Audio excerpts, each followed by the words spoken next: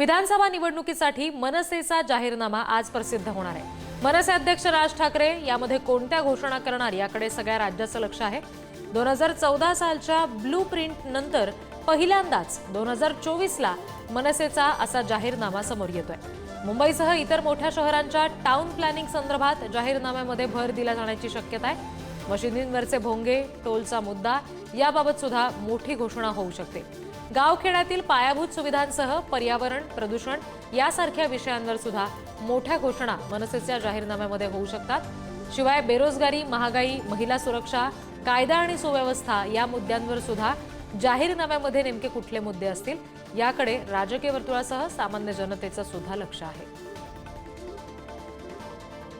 आणखी तपशील आपण घेणार आहोत प्रतिनिधी धनंजय दळवी यांच्याकडून। धनंजय, इतर सगळ्या पक्षांचा जाहीरनामा आणि आता मनसेचा येणारा जाहीरनामा याच्यामध्ये नेमकं काय वैशिष्ट्य असू शकतं? कारण राज ठाकरेंच्या भाषणामध्ये आपण बरेच वेगवेगळे मुद्दे उपस्थित होताना सातत्यानं बघतोय।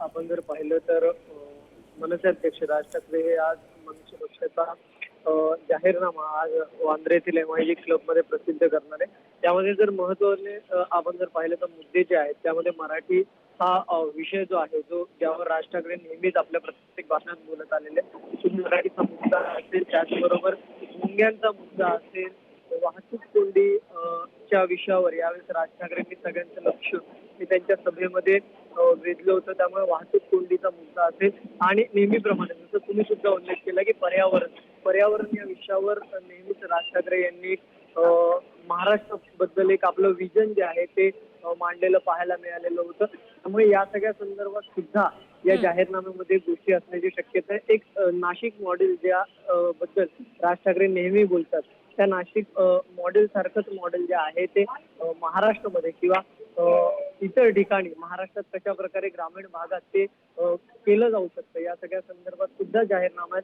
आजच्या आपल्याला पाहायला मिळणार आहे। त्याचबरोबर पोलिसांचा प्रश्न असेल, पोलिसांच्या घरांचा प्रश्न असेल, या सगळ्या संदर्भातले सुद्धा जाहीरनाम्याचे विषय जे आहे ते असण्याची शक्यता आहे। प्रामुख्याने आपण जर पाहिलं तर मराठी अभिजात भाषेचा दर्जा मिळाला आणि त्याची मागणी ही राज ठाकरे यांनी केली होती पंतप्रधान नरेंद्र मोदी यांच्याकडे, आणि ते झाल्यानंतर या सगळ्या संदर्भातला विषय सुद्धा जाहीरनाम्यात असण्याची शक्यता आहे। टोलचा मुद्दा सगळ्यात मोठा होता, त्यामुळे इतरही टोल जे सध्या सुरू आहेत त्या सगळ्या संदर्भातला मुद्दा सुद्धा या जाहीरनाम्यामध्ये असू शकतो। त्यामुळे एकंदरीत नेमके कोणते महत्वाचे मुद्दे आजच्या या महाराष्ट्र नवनिर्माण सेनेच्या जाहीरनाम्यात असतील हे पाहणं महत्वाचं असेल। जी निश्चित धनंजय, धन्यवाद दिलेल्या या सगळ्या तपशिलांसाठी।